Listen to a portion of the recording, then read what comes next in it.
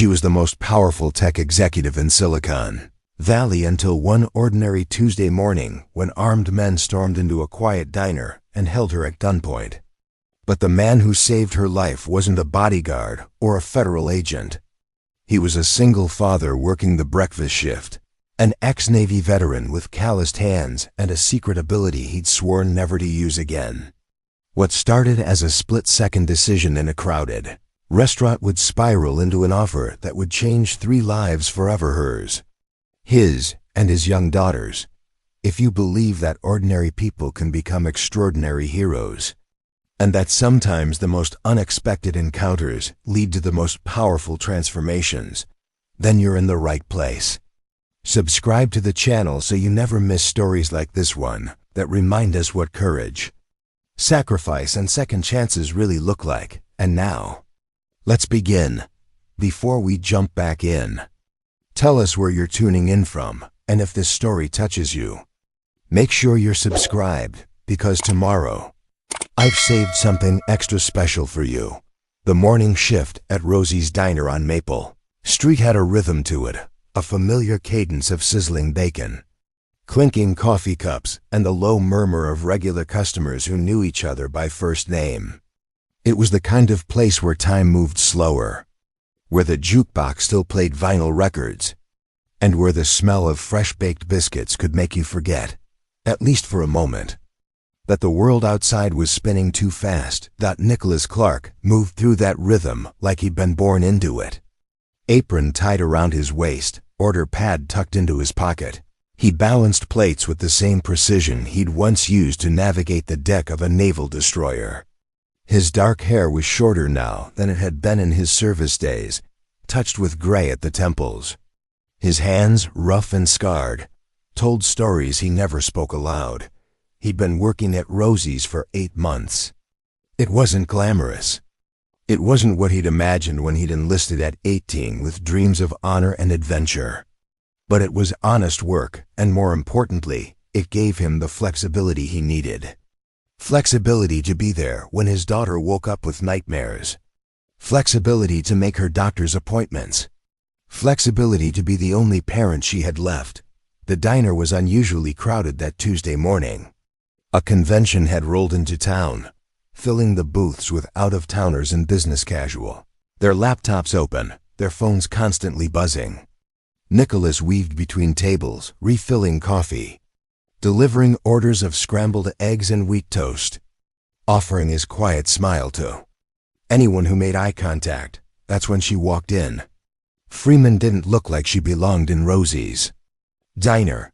Everything about her screamed high-powered executive. Tailored charcoal blazer, the designer handbag. The way she moved with purpose, even when she was just looking for a seat. Her auburn hair was pulled back in a sleek ponytail, and her eyes, sharp and observant, scanned the room like she was calculating variables. She chose a booth near the back, away from the clusters of convention attendees. Nicholas grabbed a menu and a pot of coffee, making his way over. "Morning," he said simply, setting down a clean mug. "Coffee?" She looked up, and for just a moment, their eyes met. Hers were green, the color of sea glass, and carried the weight of someone who'd been awake far too long. "Please," she said, her voice smooth but edged with exhaustion. "Black, strong." Nicholas poured, steady and practiced. "You want a minute with the menu, or do you already know what you need?" The corner of her mouth lifted slightly. "I need about 12 hours of sleep and a vacation. But I'll settle for the breakfast special. Eggs? Scrambled. Dry toast. No butter." Nicholas nodded, jotting it down. As he turned to leave, he felt it, that familiar pulse in the back of his mind. Not a sound, not a thought, but a sensation. Something off. His instincts, honed by years at sea and sharpened by experience he couldn't fully explain, told him to pay attention. He glanced toward the entrance. 3 men had just walked in. They moved wrong. Too deliberate. Too synchronized. One scanned the room like he was counting exits. Another kept his hand inside his jacket. The third locked eyes on Autumn Freeman, Nicholas's pulse didn't quicken. It steadied. His breathing slowed. Everything around him seemed to sharpen into focus, the hum of the air conditioner, the scrape of a fork on a plate, the shuffle of boots on linoleum. He moved back toward the kitchen, but kept his eyes on the men. They didn't sit. They didn't order. They just stood there, waiting. Then the one in the center pulled a gun. "Nobody move." His voice cut through the diner like a blade. Conversation stopped. Forks clattered. A woman near the window gasped. The second man moved quickly to the door, flipping the sign to closed and locking it. The third walked straight toward Autumn Freeman's booth, his hand reaching into his jacket. Autumn's face went pale, but she didn't scream. She sat frozen, her fingers gripping the edge of the table. "Miss Freeman," the man said coldly, "you're coming with us." Nicholas didn't think. He didn't plan. He simply acted. He was halfway across the diner before anyone realized he was moving. The man near the door turned, raising his weapon, but Nicholas was already inside his range. One swift motion, Nicholas grabbed the man's wrist, twisted it sharply, and the gun clattered to the floor. A follow-up elbow to the jaw, and the man crumpled. The second gunman spun toward him, but Nicholas was already moving again. He ducked low, swept the man's legs out from under him, and drove his knee into the man's chest as he fell. The air left his lungs in a wheeze. And he didn't get back up. The third man, the one at Autumn's booth, pulled his weapon and aimed it directly at Nicholas. "Stop right there." Nicholas felt the familiar hum in his chest, the bioelectric pulse that connected him to the rhythm of life around him. He could sense the man's heartbeat, erratic and fast. He could feel the tension in his trigger finger, the slight tremor of adrenaline. Nicholas took one step forward, calm and unhurried. "You don't want to do this," he said quietly. The man's hand shook. "I said stop." Nicholas didn't stop. He moved like water, fluid and inevitable. Before the man could react, Nicholas closed the distance, twisted the gun from his grip, and delivered a sharp strike to the side of his neck. The man collapsed without a sound. Silence filled the diner. Every customer sat frozen, eyes wide, breathing shallow. Nicholas stood in the center of the room, 3 unconscious men at his feet, his apron still tied around his waist.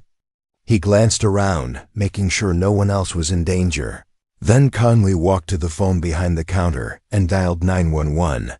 "Yeah, this is Rosie's Diner on Maple Street. We've had an attempted kidnapping. 3 suspects down. Send police and an ambulance. No one's hurt." He hung up and turned back to Autumn Freeman, who sat staring at him with a mixture of shock and disbelief. "You okay?" he asked gently, kneeling beside her booth. She blinked, as if waking from a dream. "Who are you?" Nicholas shrugged. "Just a guy who works here." Her eyes searched his face, trying to understand what she'd just witnessed. That wasn't just reflex.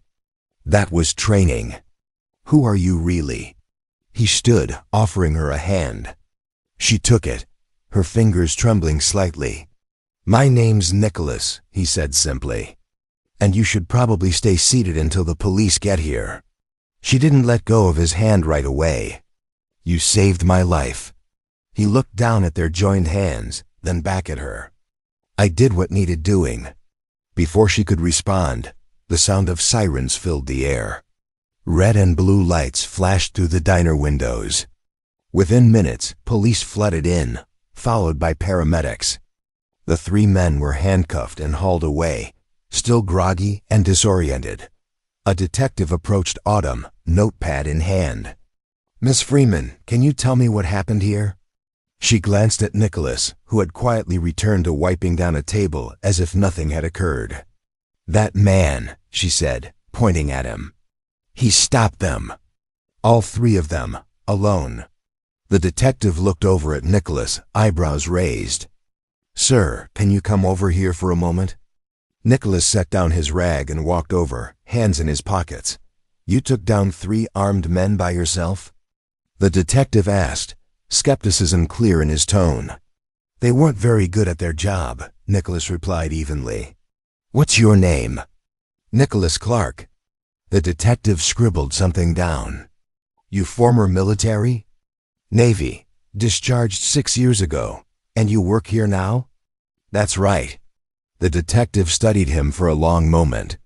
Well, Mr. Clark, you're either very brave or very lucky. Maybe both. Nicholas said nothing. As the police finished their interviews and the diner slowly emptied, Autumn Freeman remained seated, her eyes never leaving Nicholas. When the last officer finally left, she stood and walked over to him. I need to know your full name, she said. You already do. I need your contact information. Nicholas paused, drying a glass behind the counter. Why? Because I owe you my life. And because I need to understand who you are. He set the glass down. I'm nobody special. Just a single father trying to make ends meet. Her expression softened slightly. You have a daughter? Yeah, she's 9. Her name's Piper. Autumn pulled a business card from her purse and slid it across the counter. Autumn Freeman, CEO of Quantum Dynamics. If you ever need anything, call me. Nicholas glanced at the card, but didn't pick it up. I don't need anything. Preparing and narrating this story took us a lot of time, so if you are enjoying it, subscribe to our channel. It means a lot to us. Now back to the story. Now back to the story. She studied him again, this intense, searching look. Maybe not. But I think I need to talk to you again. Soon. He met her gaze. I work breakfast and lunch shifts. You know where to find me. She nodded slowly, then turned and walked toward the door. Before she left, she looked back one more time. Thank you, Nicholas. He nodded once. Stay safe, Miss Freeman. And then she was gone, leaving only the faint scent of her perfume and the business card on the counter. Nicholas picked it up, studied it for a moment, then tucked it into his apron pocket. Outside, the world continued spinning. Inside Rosie's diner, life slowly returned to its familiar rhythm, but Nicholas knew, deep in his bones, that nothing would ever be quite the same again. 3 days passed before Autumn Freeman returned to Rosie's diner.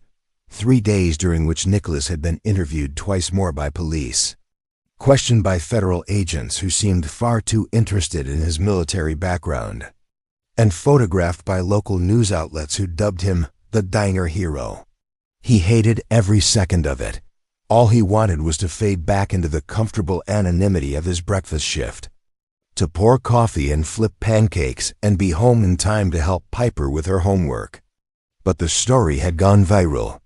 Someone had captured shaky cell phone footage of the final moments of the confrontation.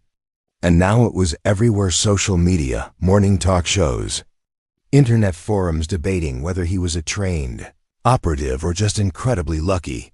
Nicholas kept his head down and ignored it all. He'd learned long ago that attention was dangerous, especially for someone with abilities he couldn't fully explain and didn't want to discuss. It was Thursday morning when she walked in again. This time, she wasn't alone. Autumn Freeman entered with 2 people in tow, a sharply dressed woman carrying a tablet and a man in an expensive suit who looked like he billed by the minute. They took the same booth she'd sat in 3 days earlier, and all 3 sets of eyes immediately found Nicholas. He approached with the coffee pot, his expression neutral. Morning. Coffee for everyone? Please, Autumn said. The other 2 nodded. Nicholas poured 3 cups, his movements efficient and practiced. You want menus, or are you just here to stare at me like I'm a zoo exhibit? The man in the suit bristled, but Autumn smiled faintly. Fair question. Actually, we're here because I have a proposition for you. Nicholas set the coffee pot down. I'm listening.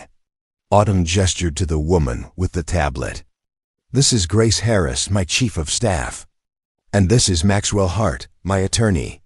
What happened here 3 days ago wasn't random, Nicholas. Those men were sent by someone who wants to acquire my company by force. Someone who thinks intimidation and violence are acceptable business tactics. Nicholas crossed his arms. Sounds like you need better security. I have security, Autumn replied. 12 professionals. All highly trained. All supposedly the best in their field. And yet, 3 men walked past them, tracked me here, and nearly succeeded. Do you know why? Because your security team wasn't paying attention? Maxwell leaned forward. Because they didn't anticipate the threat. Because they treat protection like a checklist rather than an instinct. You, on the other hand, moved before the guns were even drawn. You sensed danger when everyone else was drinking coffee. Nicholas shifted his weight. I got lucky. No, Autumn said firmly. You didn't. I've watched that footage 100 times. You were already moving before the first man said a word. You knew. Silence hung between them. What do you want from me? Nicholas asked quietly. Autumn took a breath. I want to hire you. I have a job. I'll pay you 10 times what you make here. 20 times. Name your price. Nicholas shook his head. It's not about money. Grace spoke up for the first time. Then what is it about? He looked at her, then at Maxwell, then finally at Autumn. It's about my daughter. She needs stability. She needs me home at predictable hours. She needs a father who doesn't bring danger to the front door. Autumn's expression softened. I understand. But consider this, those men knew where I was. They tracked me to a random diner at 7 in the morning. Do you think they won't find out who you are? Do you think they won't come looking for the man who humiliated them? Nicholas's jaw tightened. She was right, and he knew it. Maxwell slid a folder across the table. We did some research on you, Mr. Clark. Navy veteran, honorably discharged. Worked in intelligence and threat assessment. No criminal record. Single father raising a 9-year-old daughter named Piper Stone. Currently residing at 847 Oakwood Terrace in a 2-bedroom apartment. Nicholas's eyes darkened. You investigated me. We had to, Autumn said. Because what I'm about to offer you requires trust. Complete trust. I'm not interested in being a bodyguard. I'm not asking you to be one, Autumn replied. I'm asking you to be my husband. The diner seemed to go silent. Though the usual sounds continued around them, the clink of silverware, the hiss of the griddle, the murmur of conversation. Nicholas stared at her. Excuse me? Autumn leaned forward, her voice low and urgent. I need to appear stable, grounded, protected. The board is circling like sharks. They think I'm vulnerable, especially after the kidnapping attempt. But if I have a husband, someone strong, capable, someone who demonstrably saved my life, they'll back off. The people trying to intimidate me will think twice. And I'll have time to consolidate power and root out whoever's behind this. Nicholas laughed, a short, disbelieving sound. You want a fake marriage? A contractual arrangement, Maxwell clarified. 1 year. Fully compensated. $2 million, tax-free, deposited into an account of your choosing. In exchange, you accompany Miss Freeman to public events, live in her residence, and maintain the appearance of a committed relationship. And my daughter? She comes with you, Autumn said immediately. In fact, she makes the story better. Devoted single father, tragic backstory, saves powerful CEO, they fall in love. It's perfect. Nicholas shook his head. It's insane. Grace pulled up something on her tablet. Your daughter has a rare autoimmune condition. Requires specialist care. Experimental treatments not covered by standard insurance. You're currently working 2 jobs here and weekend security at a warehouse just to cover her medical bills. $2 million would give her access to the best doctors in the world. Nicholas's hands clenched into fists. How dare you?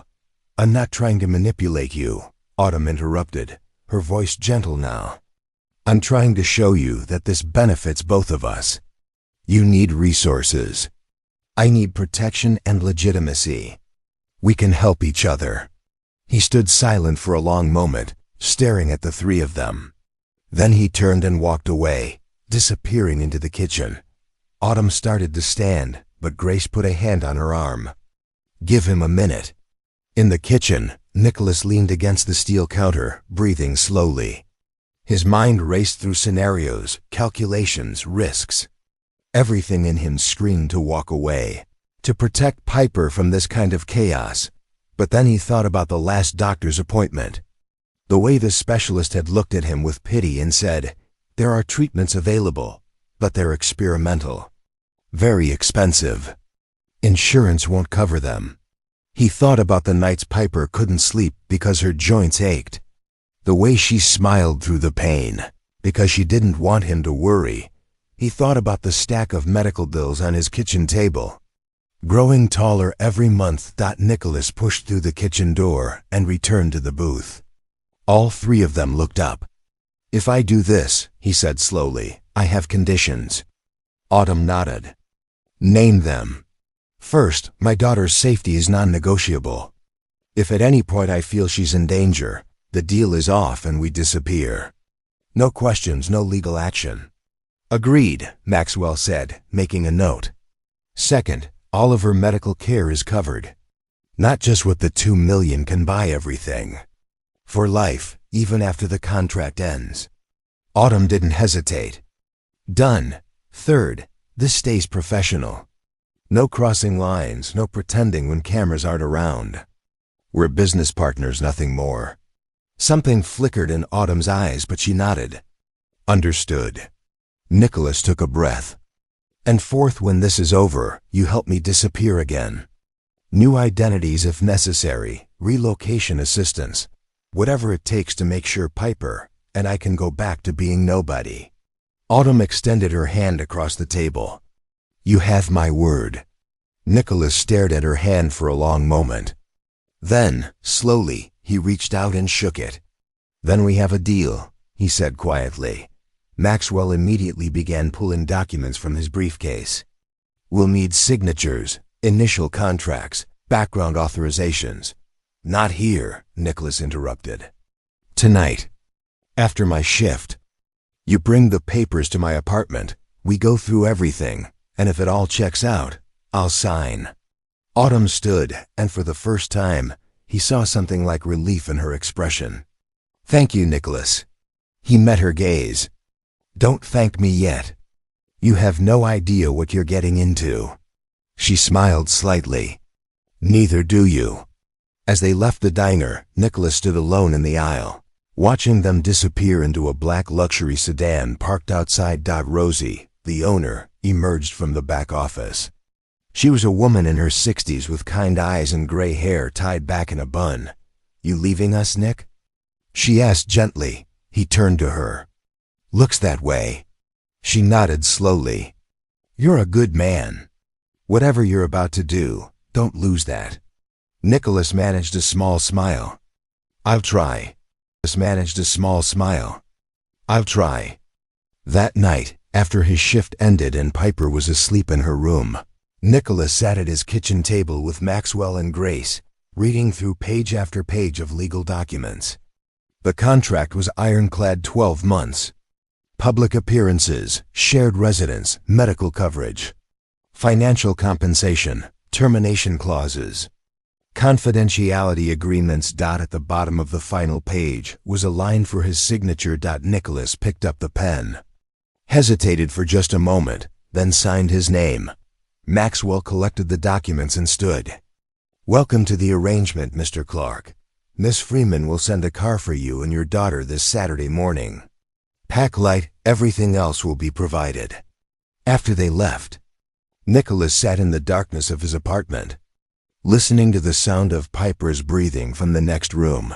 He'd just agreed to marry a woman he didn't know, enter a world he didn't belong to, and gamble his daughter's safety on a promise.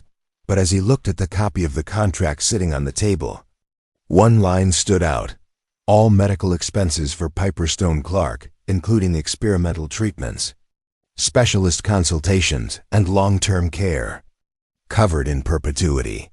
For that, he'd walk into fire, and something told him that before this was over, he might have to. Saturday morning arrived with unexpected sunshine. Nicholas stood in the small living room of his apartment, staring at 2 worn duffel bags that contained everything he and Piper owned worth keeping. Clothes, a few books, Piper's collection of hand-drawn pictures, and the photograph he kept in his wallet, the only picture he had of Piper's mother. Piper sat on the couch, swinging her legs, her favorite stuffed elephant clutched in her arms. She wore a yellow sundress that was getting a bit too short and sneakers that had seen better days. Her brown hair hung in 2 braids down her back, and her eyes curious, intelligent. Far too observant for a 9-year-old, watched her father with quiet concern. "Daddy," she said softly, "are you scared?" Nicholas turned to her, surprised. "What makes you think that?" She shrugged. "You keep checking the window. And your hands are doing that thing where you open and close them really slow. You only do that when you're worried." He smiled despite himself, crossing the room to sit beside her. "You're too smart for your own good, you know that. That's what Miss Abigail says at school." She leaned against him. "But you didn't answer my question." Nicholas wrapped an arm around her small shoulders. "Yeah, sweetheart. I'm a little scared. Of the fancy lady? Miss Freeman. And no, not of her exactly. Just of what's about to change." Piper was quiet for a moment. Then, in that matter-of-fact way only young people possessed, she said, "Change isn't always bad. Sometimes it's just different." He kissed the top of her head. "When did you get so wise?" "I've always been wise. You just don't listen sometimes." A car horn sounded outside, not harsh, just a gentle alert. Nicholas stood and looked out the window. A sleek black SUV sat at the curb, looking absurdly out of place in their modest neighborhood. The driver, a professional-looking man in a dark suit, stood beside the open rear door. "That's our ride," Nicholas said. Piper hopped off the couch, elephant in hand. "Is it like a spaceship?" "More like a really expensive taxi. Will there be snacks?" Despite everything, Nicholas laughed. "I don't know. Let's find out." He grabbed both duffel bags and led Piper outside. The driver nodded respectfully as they approached. "Mr. Clark, Miss Stone, I'm James. I'll be your driver today. Please make yourselves comfortable." The interior of the SUV was immaculate leather seats, climate control, and yes, a small refrigerated compartment stocked with water bottles, juice boxes, and packets of crackers. Piper's eyes went wide. "Daddy, there are snacks.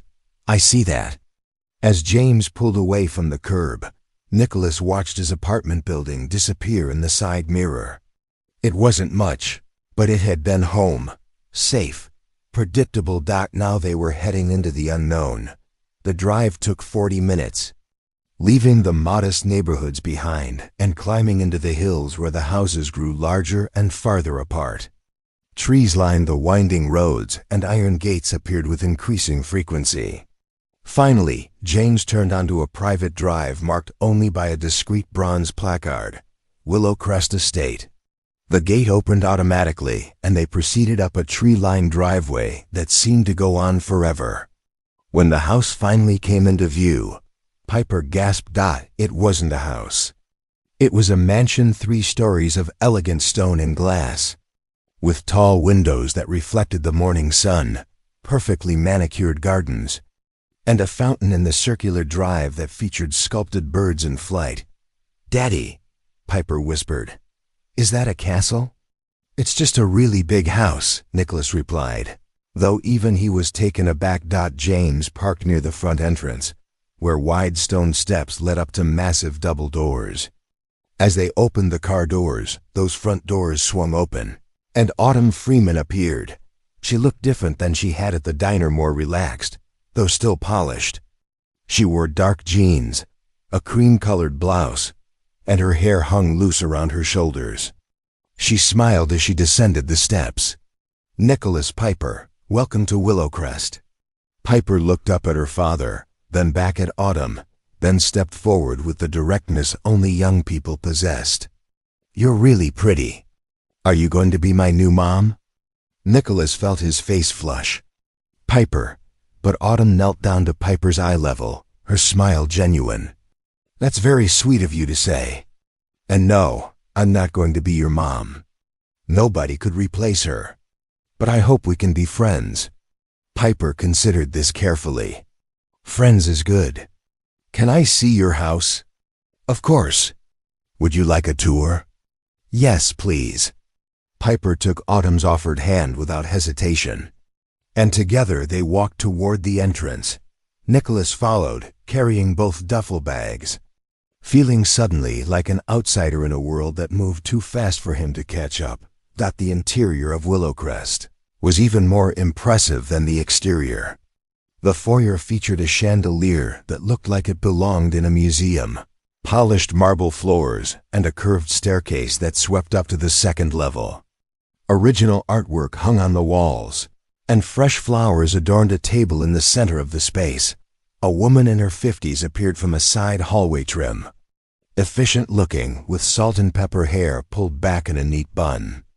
"Ah, our guests have arrived. I'm Valerie Kim, the house manager. Welcome to Willowcrest." She approached Piper with a warm smile. "And you must be Miss Piper. I've prepared a room especially for you. Would you like to see it?" Piper looked at Nicholas, who nodded. "Go ahead, sweetheart. I'll be right behind you." As Valerie led Piper up the stairs, chatting about the house's library and game room, Autumn turned to Nicholas. "How are you holding up?" she asked quietly. He set down the duffel bags. "Honestly, I feel like I just stepped onto another planet." She smiled slightly. "I felt the same way the first time I came here. This was my grandfather's estate. He built it in the 70s. When he died, he left it to me, and I've never quite felt like I belong here either." Nicholas looked around the space. "It's impressive." "It's lonely," Autumn corrected. 12 bedrooms, most of them empty. Staff who are professional but distant. Dinner parties where everyone wants something. This place is beautiful, but it's never felt like home." There was something vulnerable in her voice that caught Nicholas off guard. For a moment, she wasn't the powerful CEO. She was just a person standing in a house too big for one. "Come on," she said, the moment passing. "Let me show you your quarters." She led him up the staircase and down a wide hallway lined with portraits of people Nicholas didn't recognize. At the end of the hall, she opened a door to reveal a spacious suite sitting area. King-sized bed, private bathroom with both a shower and a soaking tub, and floor-to-ceiling windows overlooking the gardens. "This is the guest wing," Autumn explained. "You'll have complete privacy here. Piper's room is just next door. Valerie's showing it to her now. There's a connecting door between the rooms so she can reach you easily." Nicholas walked to the window, looking out at manicured lawns and hedges shaped into geometric patterns. "This is more space than our entire apartment. I want you both to be comfortable. If there's anything you need, different furniture, specific foods, whatever, just tell Valerie. She's magic at making things happen." He turned to face her. "Why are you being so nice to us?" Autumn seemed surprised by the question. "Because you saved my life. Because you're doing me an enormous favor. Because your daughter deserves kindness.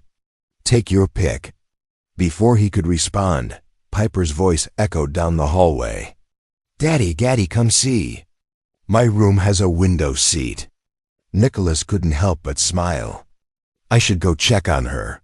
"Of course. Take your time settling in. Dinner is at 7 in the main dining room. Casual attire." "And Nicholas?" She waited until he met her eyes. "Thank you for being here." He nodded once, then went to find his daughter. Piper's room was bright and airy, decorated in soft blues and whites. The promised window seat was piled with cushions, perfect for reading. There was a desk, a bookshelf already stocked with age-appropriate novels, and a bed that looked impossibly soft with a mountain of pillows. Piper was bouncing slightly on the mattress. "Daddy, this bed is like sleeping on a cloud. Can we keep it when we go home?" Nicholas sat beside her. "This is going to be home for a while, remember? We talked about this." Her bouncing slowed. "I know, but our real home. The apartment. Home. The apartment." He pulled her close. "Things are going to be different for a bit. But I'm still your dad, and you're still my #1 priority. Nothing about that changes, okay?" She nodded against his chest. "Okay, but Daddy, yeah? I think I like Miss Autumn. She has kind eyes. Like the people who really mean it when they smile." Nicholas kissed her forehead. "That's good. I'm glad." That evening, they gathered in the dining room, a space that could have seated 20 but had been set for just 3. Autumn sat at the head of the table, with Nicholas and Piper on either side. The meal was prepared by a chef Nicholas hadn't even met yet. Herb-roasted salmon, garlic mashed potatoes, roasted vegetables, and fresh bread. For Piper, a separate plate with chicken fingers and fruit, which made her grin. "I told Valerie to make sure we had something you'd like," Autumn said to Piper. "Thank you. These are really good. Our cafeteria at school makes them all rubbery." Autumn laughed, a genuine sound that transformed her face. "I'll pass your compliments to Chef Rodriguez." As they ate, the conversation flowed more easily than Nicholas had expected. Autumn asked Piper about school, her favorite subjects, what she liked to do for fun. Piper, never one to be shy, peppered Autumn with questions about the house, her job, whether she had any pets. "I used to have a dog," Autumn said. "A golden retriever named Biscuit. He passed away 2 years ago, and I haven't had the heart to get another." Piper's face fell. "I'm sorry. I bet he was a good dog. He was the best. Maybe someday I'll be ready again." After dinner, Valerie appeared to escort Piper upstairs for her bath and bedtime routine. Piper hugged Nicholas tightly. "Love you, Daddy." "Love you too, sweetheart. I'll be up to say good night in a bit." Once they were alone, Autumn refilled both their water glasses and sat back down. "She's wonderful," Autumn said quietly. "You've done an amazing job raising her." Nicholas stared into his glass. "I've done the best I could. Some days that feels like enough. Other days I'm terrified I'm failing her. You're not. Anyone can see how much she loves you, how secure she feels. That doesn't happen by accident." He looked up. "Can I ask you something?" "Of course. Why don't you have anyone? Family, I mean. This huge house, all this success, but you're alone." Autumn was quiet for a long moment. "My grandfather raised me after my parents died in a plane crash when I was 12. He was brilliant but cold. He taught me about business, about strategy, about never showing weakness. But he didn't teach me about connection. By the time he died, I'd spent so many years building walls that I forgot how to let anyone in." Nicholas nodded slowly. "Walls keep things out, but they also keep you trapped." She met his eyes. "Is that what happened to you? After Piper's mother died?" His jaw tightened. "I built different walls. Mine were about staying invisible, keeping my head down, making sure no one looked too closely at what I could do or who I really was. And now you're here, in the most visible place possible." "Yeah," he exhaled slowly. "Now I'm here." They sat in comfortable silence for a while, two people who'd built different fortresses suddenly finding themselves in the same strange territory. Finally, Autumn stood. "You should go say goodnight to Piper. Tomorrow we'll start planning our first public appearance. Nothing too dramatic. Just a charity luncheon. Give you both time to adjust." Nicholas rose as well. "Autumn?" She turned. "Thank you. For being kind to her. For making this less terrifying than it could have been." She smiled softly. Thank you for giving me a chance to remember what a home with people in it feels like. As Nicholas climbed the stairs to tuck Piper in, he realized that maybe, just maybe, this arrangement wouldn't be as purely transactional as he'd feared, and that thought, more than anything else, was what scared him most. The charity luncheon was held at the Grandstone Hotel, a historic building downtown with vaulted ceilings and crystal chandeliers that caught the afternoon light. Nicholas stood in front of the mirror in his suite, adjusting the tie that Valerie had somehow procured overnight. The charcoal suit fit perfectly, tailored to his frame in a way his old dress uniform never had. He barely recognized himself. Piper appeared in the doorway, wearing a navy dress with white trim and patent leather shoes. Her hair was styled in soft curls that Valerie had spent 20 minutes perfecting. "You look handsome, Daddy," she said with a grin. "And you look like a princess. Ready for this?" She nodded, though her hand found his and squeezed tight. "Will there be lots of people?" "Probably. But you'll sit with me and Ms. Autumn the whole time. If you get uncomfortable, just tell me and we'll take a break." Autumn met them in the foyer, wearing an elegant emerald dress that made her eyes seem even greener. She smiled when she saw them. "You both look wonderful." The car ride was quiet, each of them lost in their own thoughts. When they arrived, photographers were already waiting outside. Autumn leaned close to Nicholas.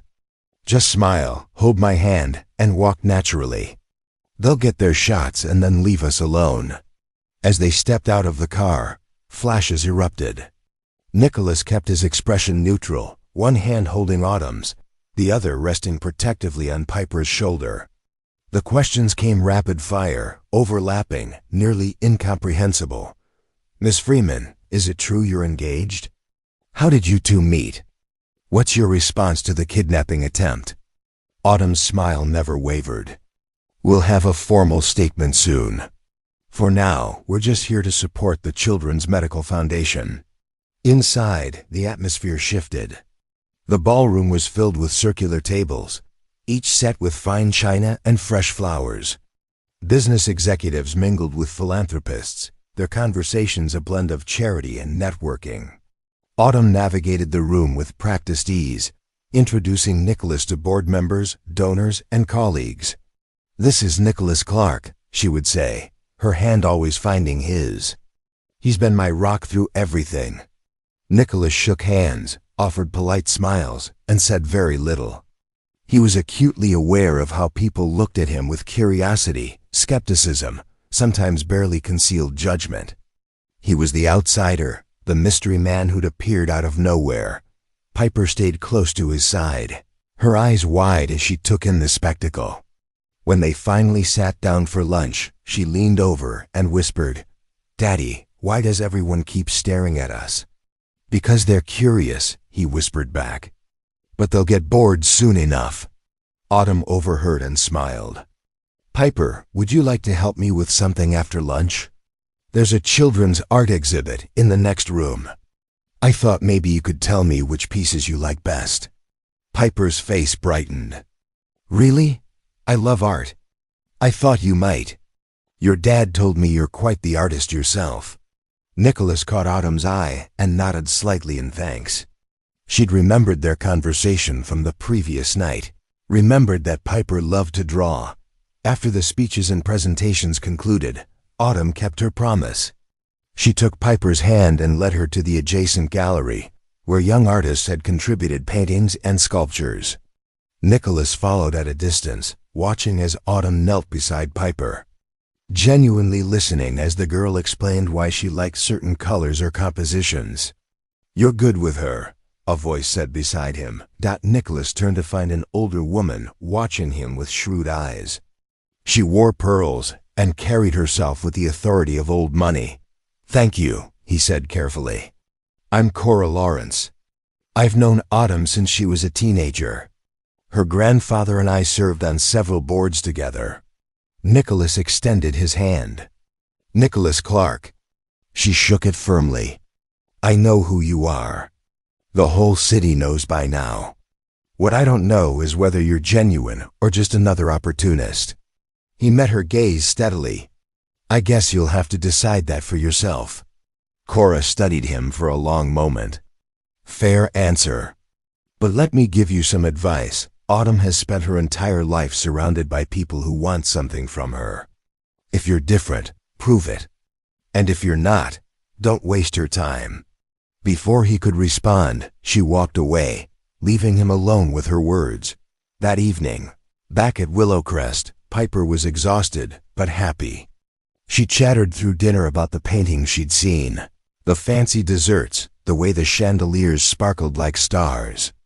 Nicholas listened, grateful that despite everything, she seemed to be adjusting. After Valerie took Piper upstairs, Autumn poured 2 glasses of wine and gestured toward the terrace.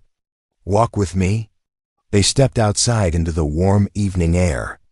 The gardens were lit by subtle landscape lighting, creating pools of soft illumination among the shadows. "You handled today well," Autumn said. "I know it wasn't easy."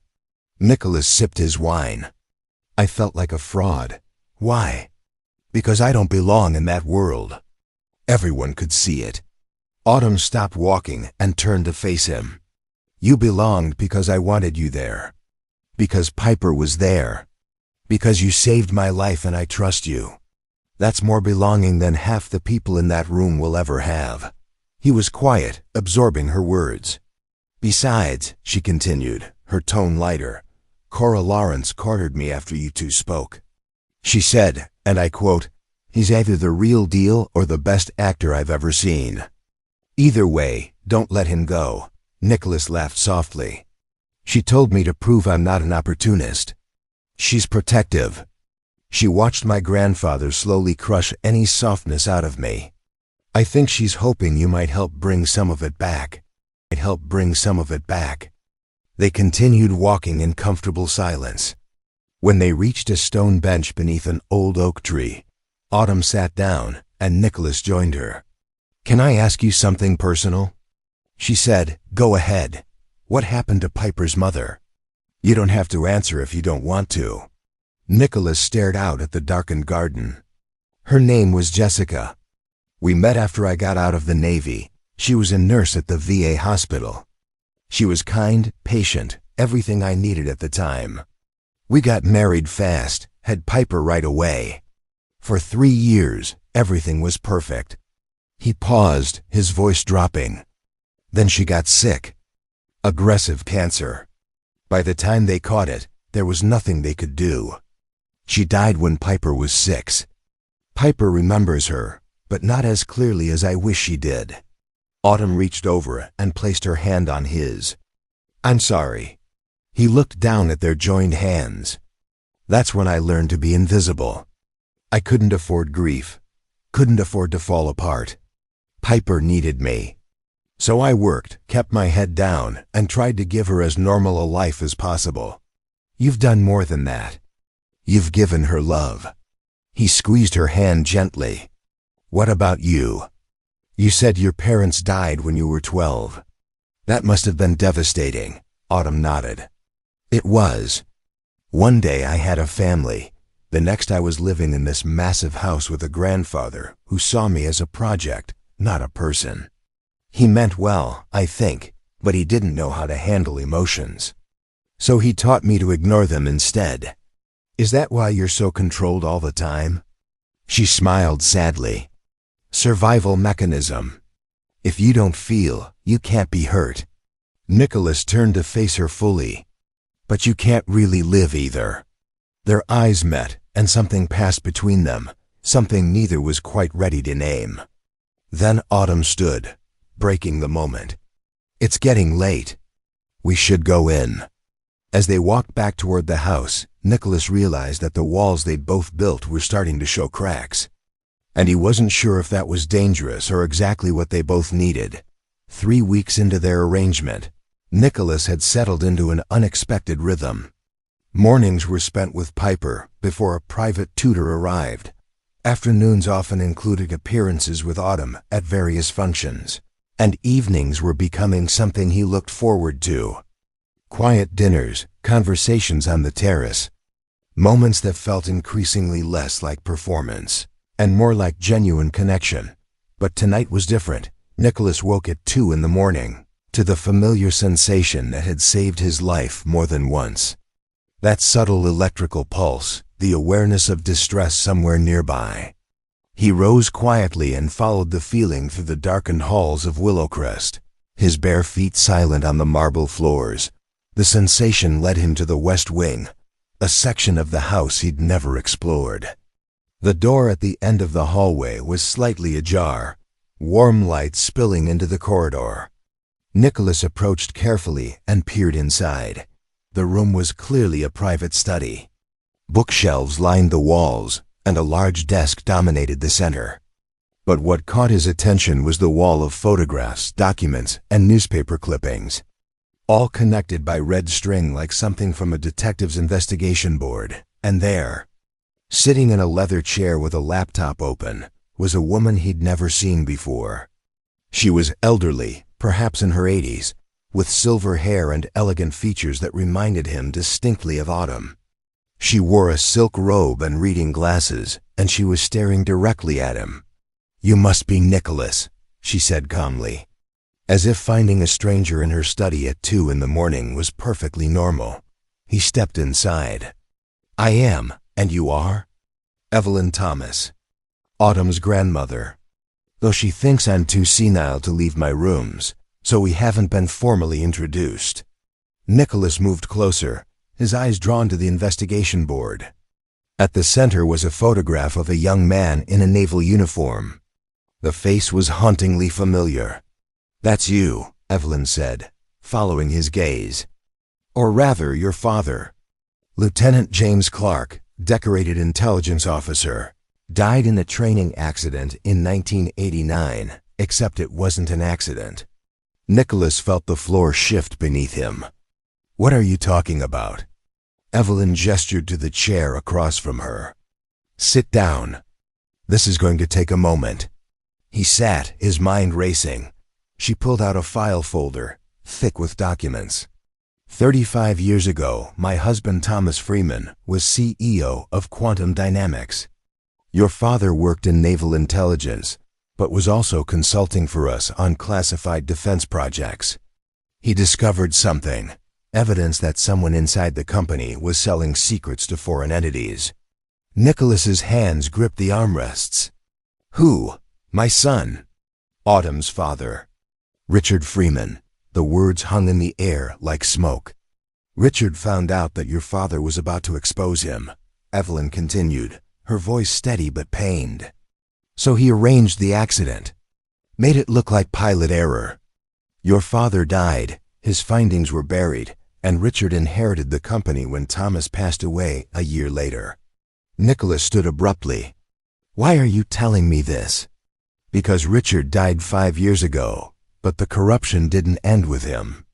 Someone else has taken up his operation, someone currently trying to force Autumn out. And I believe they're connected to your father's death." He paced the room. "Does Autumn know any of this? About Richard's crimes?" "No. I've kept it from her to protect her. She idolized her father despite his coldness. Finding out he was a traitor and a murderer would destroy her. So why tell me?" Evelyn stood, moving to the investigation board.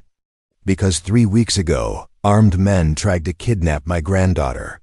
Because you appeared out of nowhere with skills that suggest intelligence training. Because when I ran a background check on you, I found gaps, inconsistencies, and one DNA match in a classified military database to Lieutenant James Clark." Nicholas's jaw clenched. "You had my DNA tested?" "Coffee cup from your first breakfast here. I had to know who you really were." He turned away, trying to process everything. "I don't remember my father. I was told he died before I was born. My mother raised me alone until she died when I was 8. After that, it was foster care and eventually the Navy. Your mother must have hidden you, changed your records to protect you." "Smart woman." Evelyn returned to her chair. "But now you're here, living under this roof, connected to Autumn through an arrangement neither of you fully understands. Don't you find that suspicious?" Nicholas faced her. Are you saying someone orchestrated this? The kidnapping, all of it? I'm saying there are no coincidences in this world, young man. Someone wanted you, and Autumn brought together. The question is why? Before he could respond, a voice came from the doorway. Grandmother? They both turned. Autumn stood in the entrance, wrapped in a silk robe, her expression confused and wary. What's going on? She asked. Evelyn and Nicholas exchanged glances. Then the old woman sighed. Come in, dear. Close the door. It's time you learned some truths about your family. The revelation about Richard Freeman's crimes had cast a shadow over Willowcrest. For 2 days after Evelyn's disclosure, Autumn had been distant, processing the information that her father had been a traitor and potentially a murderer. Nicholas gave her space, focusing on Piper and trying to understand his own connection to the conspiracy, but the threat Evelyn had warned about was about to materialize. It was Thursday afternoon when Maxwell Hart arrived. At the estate unannounced, his expression grim. Nicholas found him in Autumn's office, both of them hunched over a laptop. What's wrong? Nicholas asked from the doorway. Autumn looked up, her face pale. We've been hacked. Someone accessed our secure servers and downloaded confidential files, including details about our defense contracts. Maxwell turned the laptop toward him. But that's not the worst part. They also accessed your contract with Miss Freeman, the marriage arrangement, everything. Nicholas felt his blood run cold. When? 2 hours ago. Whoever did this knew exactly what they were looking for. Autumn stood and began pacing. If that information gets out, we're finished. The board will use it as proof that I'm unstable, manipulative. They'll force me out. Who has the technical capability to breach your security? Nicholas asked. Maxwell pulled up another screen. We're tracing the intrusion now, but preliminary analysis suggests it came from inside the company. Someone with admin access. A name immediately came to Nicholas's mind, the same name that had appeared repeatedly in Evelyn's investigation. Cameron Steele. Autumn stopped pacing. My father's old business partner. He retired from the board 5 years ago, did he? Nicholas moved closer to the laptop. Or did he just step into the shadows? Maxwell's fingers flew across the keyboard. Steele still owns 18% of company shares through various trusts and subsidiaries. He also maintains a consulting contract that gives him network access for legacy projects. Autumn's eyes widened. He's been there the whole time. Before anyone could respond, Autumn's phone buzzed. She glanced at the screen, and her expression hardened. It's him. He wants to meet. Tonight. Says it's urgent. Nicholas stepped forward. Don't go. It's obviously a trap. If I don't go, he'll release the files. He's making that very clear. Then I'm coming with you. Autumn shook her head. That's what he wants. To get us both in the same place, vulnerable. No, I need you here protecting Piper. If something happens to me, she need you. If something happens to me, she need you. The weight of her words settled over them. Nicholas wanted to argue, to insist that his place was beside her, but she was right. Piper's safety came first. Where's the meeting? He asked quietly. The old quantum facility on Industrial Drive, the one we decommissioned last year. That's isolated. No witnesses. Nicholas pulled out his phone. I'm calling the police. Maxwell put a hand on his arm. And tell them what? That we suspect someone might threaten Miss Freeman based on a hunch? They won't act without evidence. Autumn grabbed her coat. I have to go. Cameron's smart, careful. If there's any chance of resolving this quietly, I have to take it. Nicholas caught her arm gently. Then at least wear this. He pulled a small device from his pocket, something he'd kept from his Navy days. Tracking beacon. Military grade. I'll know exactly where you are at all times. She took it, their fingers touching briefly. Thank you. Autumn, he said, his voice low and urgent. "Be careful. Something about this feels wrong." She met his eyes, and for a moment, the professional facade dropped. "If I don't come back, make sure Piper knows she's loved. And tell her about my grandmother's cookies. The recipe's in the kitchen. She loved them." Then she was gone, leaving Nicholas standing in the office with a knot of dread in his chest. An hour later, Nicholas sat in the security room with Maxwell, watching the tracking beacon signal move across a digital map. Piper was safely upstairs with Valerie, unaware of the danger. "She's arrived at the facility," Maxwell said, pointing to the screen where the beacon had stopped moving. Nicholas leaned forward, every instinct screaming at him to go after her. "How long has she been stationary?" 4 minutes. "Wait, something's wrong." The signal began moving again, but not toward the exit. It was heading deeper into the facility, toward the old manufacturing wing that had been condemned. "She's being moved," Nicholas said, already standing. "Call the police. Tell them there's an emergency at the Industrial Drive facility." "What are you going to do?" Nicholas was already heading for the door. "What I should have done from the beginning. I'm going to protect her." He took Maxwell's car, pushing the speed limit as he raced across the city. The tracking beacon showed Autumn's position had stopped in the deepest part of the facility. Nicholas's mind ran through scenarios, tactics, approaches. He'd spent years in intelligence, learning to anticipate threats, but this was personal in a way nothing had ever been before. When he arrived at the facility, the front gates were chained. Nicholas didn't hesitate. He scaled the fence, dropping silently on the other side. The building loomed before him, dark and abandoned. He moved through the shadows, following the beacon signal on his phone. Inside, the facility was a maze of empty corridors and gutted rooms. Water dripped somewhere in the distance. His footsteps echoed despite his attempts at stealth. Finally, he reached a large room that had once been the main assembly floor.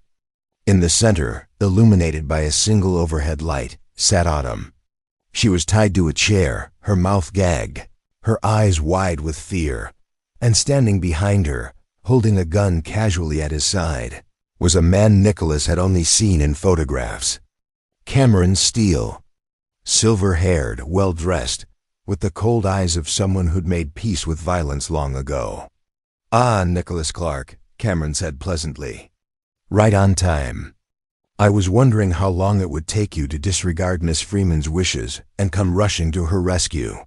Nicholas stepped into the light, hands visible, posture non-threatening. "Let her go. Whatever this is about, it's between us." Cameron smiled. "Oh, but that's where you're wrong. This is about legacy. About finishing what Richard Freeman started 35 years ago. About eliminating the last loose ends. You killed my father. Richard killed your father. I merely helped arrange the logistics. But yes, Lieutenant Clark was quite the problem. Just like you're becoming now." Nicholas took a careful step forward. "So what's your plan? Kill us both? That won't stop the truth from coming out." "The truth?" Cameron laughed. "The truth is whatever people believe. And they'll believe that tragic tale of the fake marriage, the conspiracy, the murder-suicide when two people in over their heads made a terrible decision." He raised the gun, pointing it at Autumn's head. "But first, I want you to watch her die. Just like your father watched his career die before we eliminated him."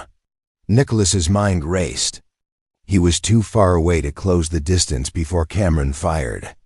But he felt that familiar pulse, that bioelectric awareness connecting him to everything in the room.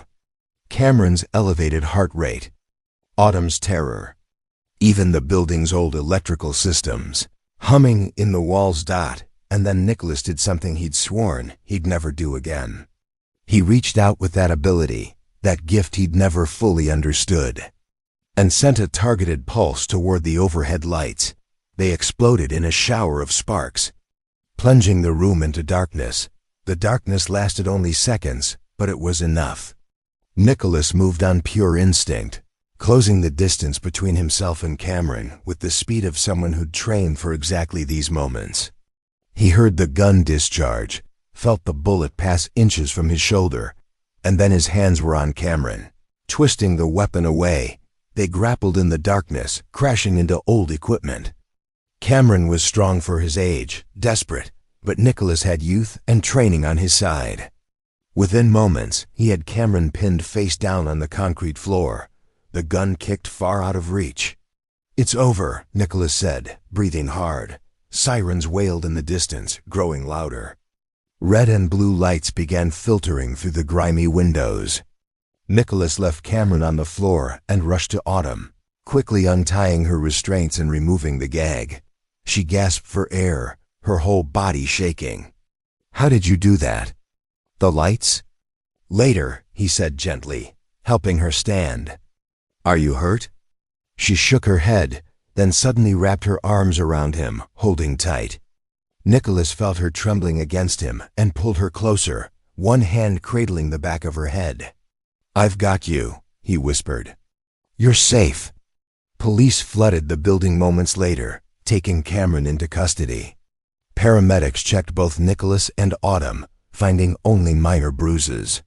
Detective Chun, who'd been investigating the original kidnapping attempt, arrived and immediately began questioning them. "Mr. Clark, Miss Freeman, can you explain what happened here tonight?" Autumn, still shaky but composed, provided a clear account: the meeting request, the trap, Nicholas's rescue. But she left out one detail: the exploding lights. Later, at the police station while giving formal statements, Detective Chun pulled Nicholas aside. "There's something you're not telling me," the detective said. "Cameron Steele is claiming you have some kind of ability, that you caused an electrical surge. Obviously that's ridiculous, but I need to know, is there anything about tonight that you're withholding?" Nicholas met his gaze steadily. "I did what I had to do to save her life. That's all that matters." The detective studied him for a long moment, then nodded. "Fair enough. You're free to go." Back at Willowcrest, it was nearly 3 in the morning. Piper had been told there was a security situation, but that everyone was safe. She'd finally fallen asleep in Nicholas's bed, clutching her stuffed elephant. Nicholas found Autumn in the study, staring at the investigation board Evelyn had created. She turned when he entered. "We need to talk about what happened tonight," she said quietly. He closed the door behind him. "I know. The lights didn't just malfunction. You did something." She stepped closer. "I've been around you long enough now to notice things. The way you sense danger before it appears. How you knew exactly where Cameron would be standing. And tonight, the way the electrical system responded right when you needed it to." Nicholas was silent, weighing how much to reveal. Autumn's voice softened. "I'm not afraid of you, Nicholas. I'm grateful. But I need to understand who you really are." He moved to the window, looking out at the dark gardens. "I don't fully understand it myself. I've always been able to sense bioelectric fields, the energy that living things give off. Sometimes when I'm under extreme stress, I can manipulate electrical systems. It's not reliable, not something I can control completely. That's why I never wanted to use it. But you used it tonight. For me," he turned to face her. "I wasn't going to let him hurt you." She crossed the room until she stood directly in front of him. "Thank you for trusting me with this, for saving my life again." Their eyes met, and the air between them felt charged with something neither could name. Autumn reached up slowly, her hand touching his cheek. "This stopped being fake a while ago, didn't it?" she whispered. Nicholas covered her hand with his own. "Yeah, it did." The following week brought unexpected peace.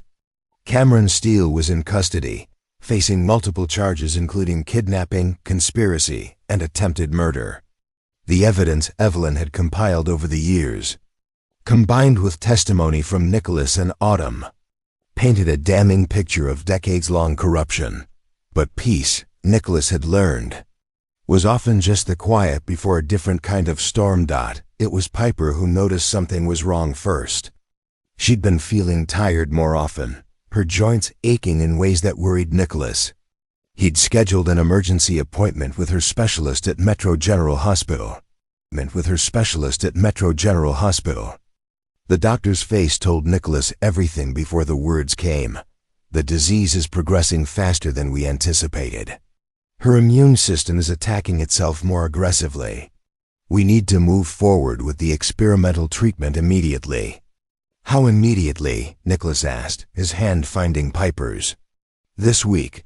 The procedure is intensive, requires a 3-day hospital stay, and there's no guarantee it will work. But without it, we're looking at months, not years.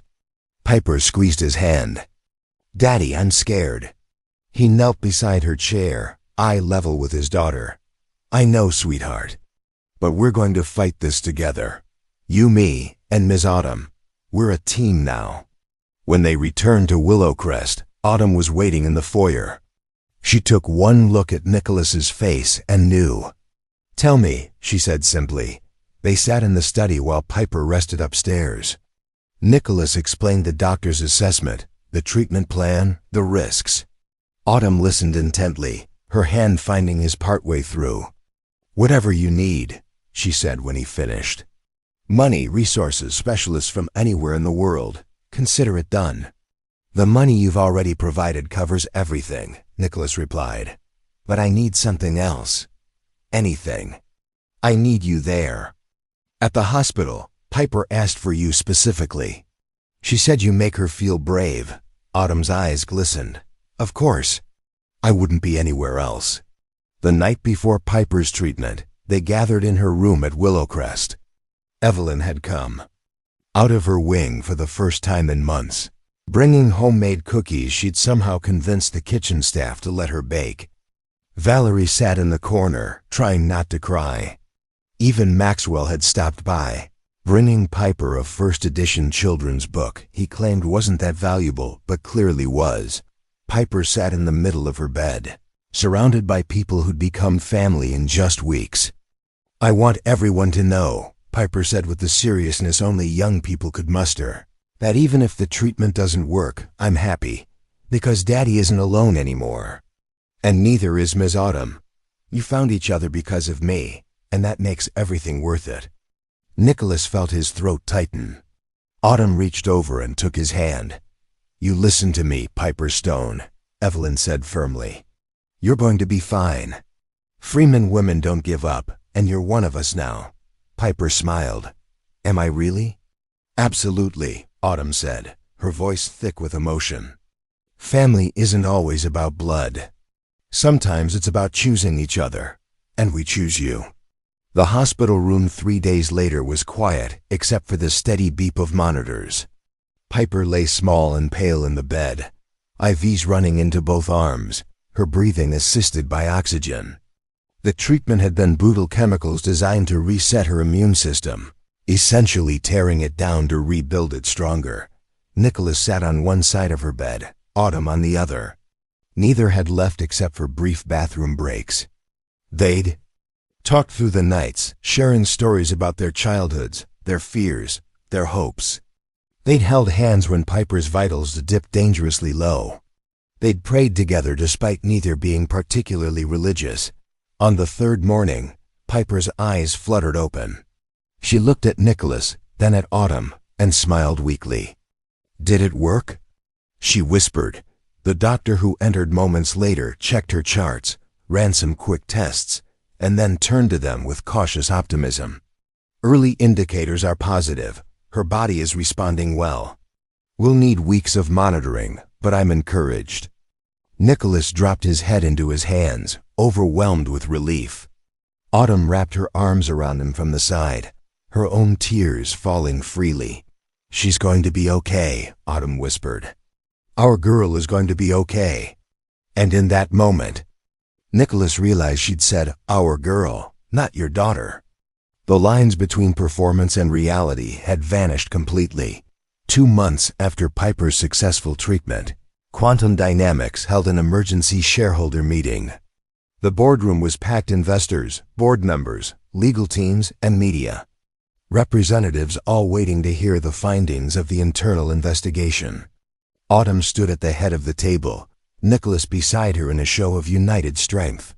Evelyn sat in a wheelchair near the window, her presence alone sending a message that the Freeman matriarch was far from senile. Maxwell stood and addressed the room. After extensive investigation, we've uncovered a conspiracy spanning 35 years. Cameron Steele, working initially with Richard Freeman, systematically embezzled funds, sold company secrets, and eliminated threats to their operation. Lieutenant James Clark, Nicholas's father, was murdered for discovering their crimes. Gasps echoed through the room. Maxwell continued, presenting evidence piece by piece: financial records, communications, testimony from accomplices who'd agreed to cooperate. Furthermore, Maxwell said, the recent kidnapping attempt and subsequent threats against Miss Freeman were orchestrated by Mr. Steele in an attempt to force her removal and install leadership sympathetic to his interests. One board member stood. This is devastating. How do we move forward? Autumn stepped forward, with transparency, with accountability, and with leadership committed to rebuilding trust. I'm proposing a complete restructuring of our board, independent audits, and the establishment of an ethics committee with real authority. Another board member spoke up. And what about your arrangement with Mr. Clark? The reports that your marriage was contractual. Autumn didn't hesitate. She reached for Nicholas's hand. What began as a business arrangement became something real. Nicholas saved my life twice and helped expose corruption that threatened everything my grandfather built. But more importantly, he reminded me what integrity looks like, what family means, what love is. She turned to face Nicholas fully. Which is why I'm asking you, in front of all these witnesses, to make this marriage real. No contract, no timeline, just us. Will you marry me, Nicholas Clark? The room went silent. Nicholas felt every eye on him, but all he saw was Autumn, brilliant, strong, vulnerable Autumn, who'd somehow become his everything. Yes, he said simply. 1,000 times yes. The room erupted in applause, some genuine, some obligatory, but it didn't matter. The vote that followed was unanimous. Autumn would remain CEO, with expanded authority to implement her reforms. As they left the building, reporters swarmed. Nicholas and Autumn faced them together, hands clasped. Miss Freeman, what's your message to those who doubted you? Autumn smiled. That sometimes the most unexpected paths lead us exactly where we need to be. That love and integrity will always triumph over corruption. And that family comes in many forms. Mr. Clark, how does it feel to go from diner server to corporate husband? Nicholas looked at the cameras steadily. I'm still the same person I was serving breakfast. I just have more resources now to help people. And I have a family that makes every day worth living. That evening, Willowcrest hosted a small celebration. Piper, healthy and glowing, danced in the garden with Evelyn watching fondly from the terrace. Valerie had outdone herself with decorations. Even Maxwell had loosened his tie and was actually smiling.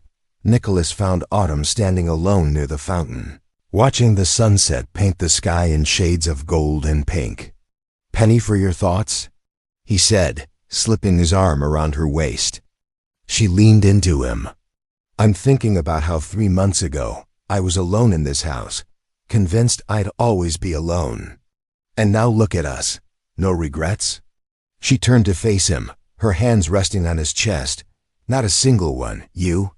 He kissed her forehead. Only that I didn't meet you sooner. From the garden, Piper's laughter rang out clear and bright. They both turned to watch her, this little girl who'd brought them together, who'd survived against all odds. She's going to need a proper family, Autumn said softly. Maybe siblings eventually. A real home, not just a house. Nicholas pulled her closer. Are you saying what I think you're saying? She smiled up at him. I'm saying this is just the beginning, Nicholas Clark, for all of us. As the evening deepened into night, surrounded by the people who'd become their unlikely family, Nicholas finally understood what Piper had tried to tell him months ago. Change wasn't always bad. Sometimes it was exactly what you needed, arriving in the most unexpected way, from the most unlikely source. And sometimes, saving someone's life meant they ended up saving yours right back. 5 years later, the morning sun filtered through the windows of a modest building on Harrison Street, illuminating hand-painted letters on the glass door. The Clark Foundation, Free Services, Real Hope. Nicholas stood behind the counter, tools spread before him as he repaired an elderly woman's radio. His hair was touched with more gray now, and laugh lines had deepened around his eyes. He wore jeans and a simple button-down shirt, the sleeves rolled to his elbows. "There you go, Mrs. Chen," he said, handing back the radio. "Good as new." "You're a miracle worker," she said, pressing a container of homemade dumplings into his hands despite his protests. "For your family." After she left, Nicholas looked around the space he and Autumn had created together. One side housed his repair shop, where he fixed everything from toasters to laptops, never turning anyone away regardless of their ability to pay. The other side was a community center where Autumn held financial literacy workshops for struggling families, teaching them the skills her grandfather had taught her, but with warmth he'd never possessed. The walls displayed children's artwork, including several pieces by Piper, now 14 and thriving.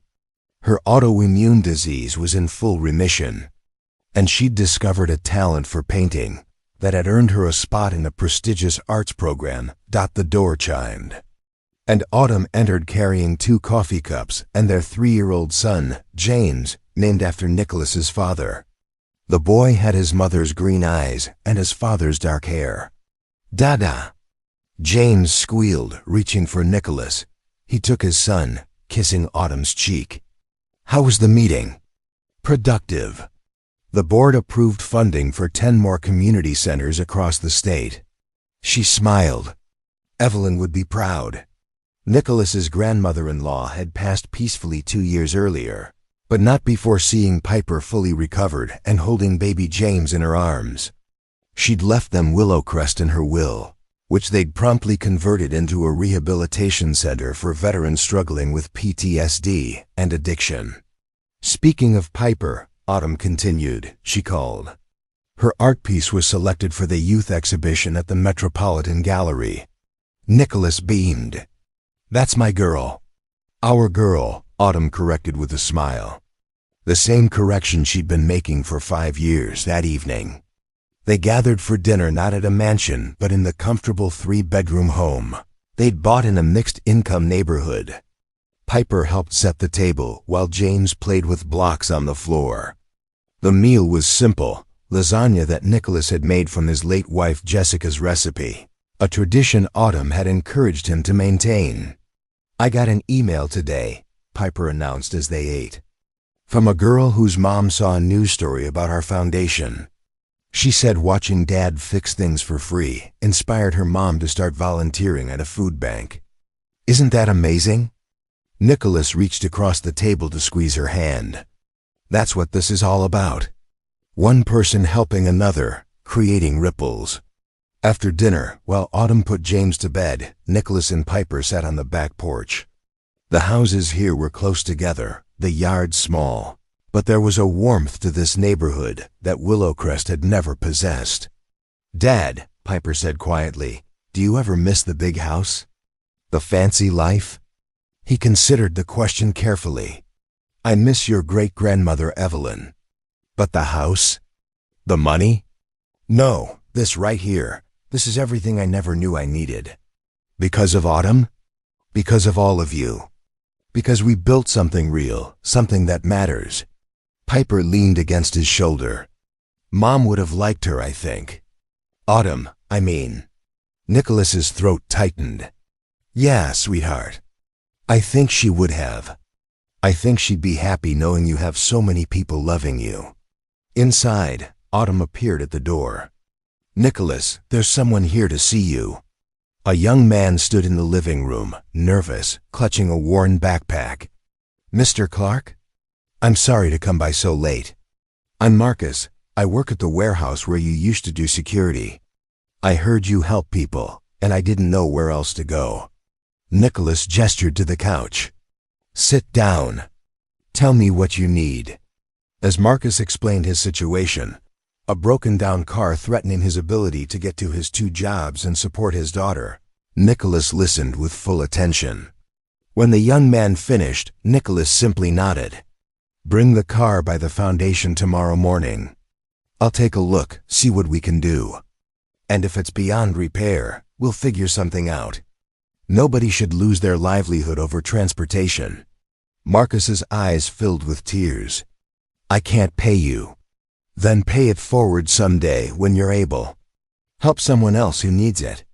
After Marcus left, Autumn wrapped her arms around Nicholas from behind.